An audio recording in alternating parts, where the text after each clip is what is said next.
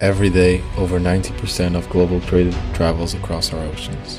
But the ships powering our world are responsible for nearly 3% of global greenhouse gas emissions, and the maritime industry must reach net zero by 2050. The challenge?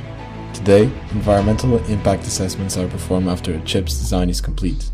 By then, sustainability issues are expensive to fix, causing costly redesigns, delays, and growing regulatory risks.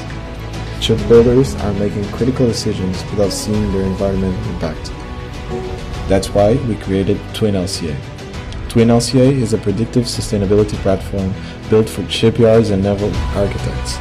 Simply upload a 3D CAD model and our software automatically analyzes materials, geometry, and environmental data to calculate the vessel's footprint in real time. Engineers can instantly compare design alternatives, test new materials, and optimize sustainability before construction even begins.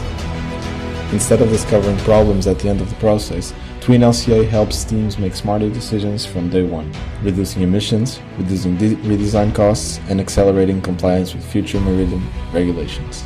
TwinLCA, automated sustainability for modeling.